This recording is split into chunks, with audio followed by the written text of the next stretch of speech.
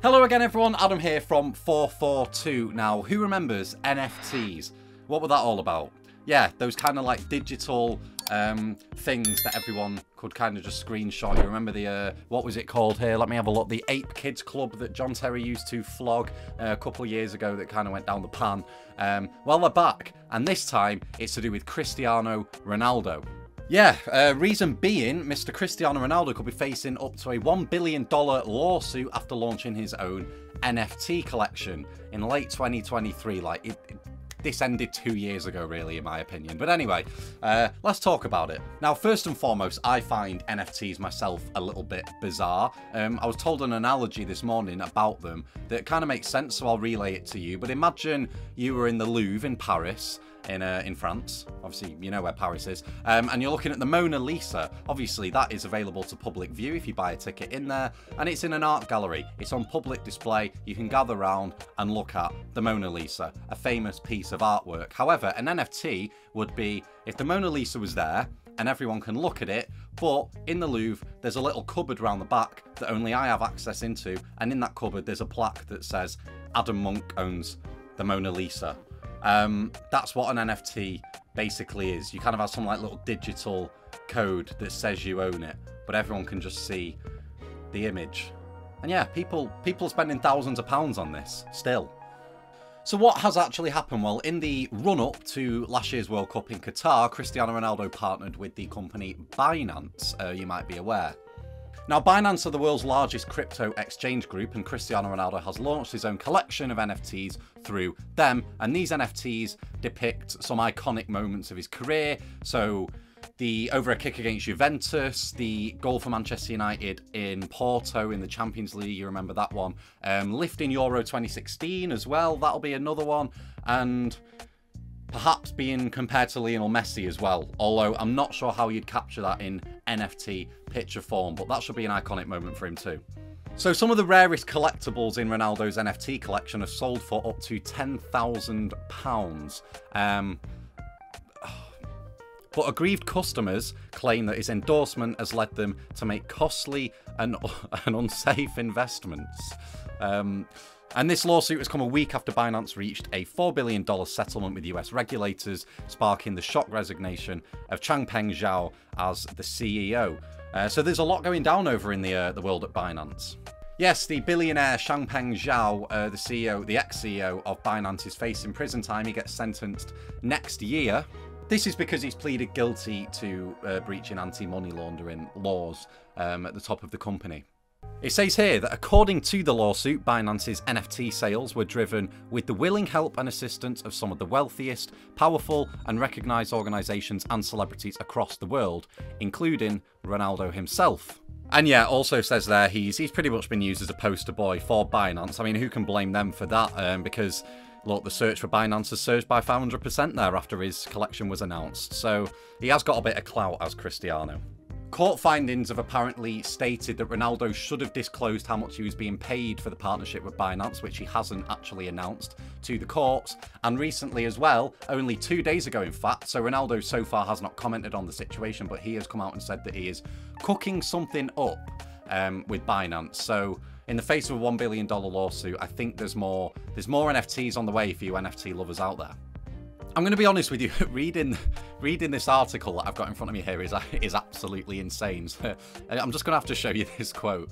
Demands for NFTs have plunged in recent months following a dizzying bubble that saw images of cartoon rocks sell for millions of dollars, with everyone from Donald Trump to Snoop Dogg launching their own collections. So, to be fair, in many ways, John Terry might have been somewhat of a trendsetter because he was really the first public figure that I can remember who started selling NFTs. If you've got the ex-president of the United States and Snoop Dogg himself coming out and selling them now, then it must have had some impact in the celebrity world. Especially given that Snoop Dogg recently quit smoke, if you remember that one. So maybe he's quit smoke to go and start selling NFTs. I don't know, but that is just mad to me that two people like Trump and Snoop Dogg are getting involved as well. And just by doing further reading here, it does seem to be that most of these NFT firms and crypto firms, they just tend to keep facing lawsuits and going bankrupt. It's saying more A-listers now, like Larry David, tennis star Naomi Osaka, and Tom Brady as well, being sued for their role in promoting the doomed crypto exchange FTX, which went bust in November 2022. So they're all going bust. They're not making much money, but the items are being sold for a lot. I don't know. I don't claim to be an expert on NFTs, but what I do have an understanding of is supply and demand. You know, in simple terms, you might need to go and buy some fruit. Everyone needs to go and buy some fruit every now and then. So there'll always be a demand for fruit. Therefore, the supply of fruit will always be there, and it's sort of like a healthy mutual financial relationship where customers buy the fruit at a higher cost than it costs to grow. And that's how money is made. Whereas NFTs, it doesn't seem like the demand is really there for a piece of pixel art or a little graphic of Ronaldo suing. And who can blame anyone? That just seems like a mental purchase to me. So in the midst of me trying to understand NFTs and why people are even buying them in the first place, I thought we'd play a quick game of cool things you can spend $10,000 on instead of pixel art of Cristiano Ronaldo. In at number 1, you yourself could go on one of Gary Neville's holidays. That's like a mini retirement.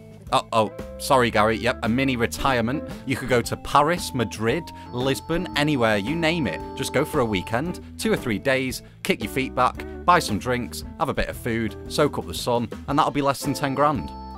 In at number 2, you could get yourself a ticket for this year's UEFA Champions League final, with prices starting at just £1,274. So you'd have about 8 grand spare as well to spend on whatever you wanted in that little trip to London. And the benefit of this is that you can actually go and watch footballers kicking a ball, take your own pictures of said footballers kicking a ball, and then they are yours, unless you choose to post them online, in which people can screenshot them.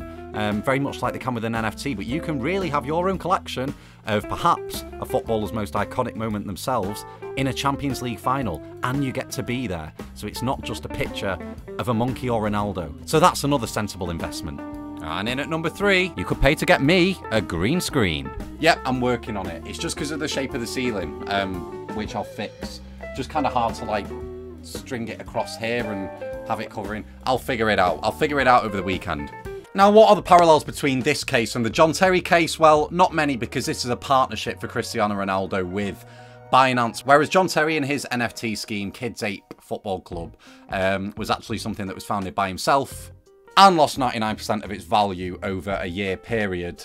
So John Terry has lost more of his actual own money, whereas this is something where Ronaldo is in partnership with the trading platform and has perhaps been used as a little bit of a pawn piece in a wider chess game for the company, as a bit of a poster boy to flog these NFTs at such a high price. It is all a little bit shady, though.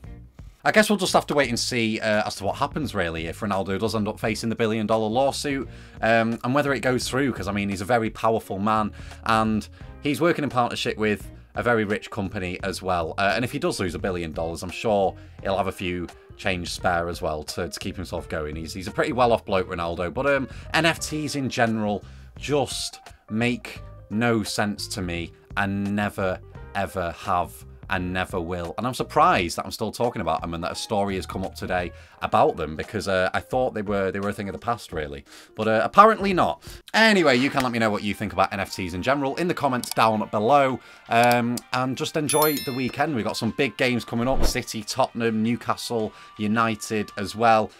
So the picture in the Premier League will look very different come Monday. So I'm sure me and Adam will have a lot to say about it. So have a lovely weekend. Enjoy yourselves. I've been Adam Monk. Have a great one. See you soon. Bye-bye.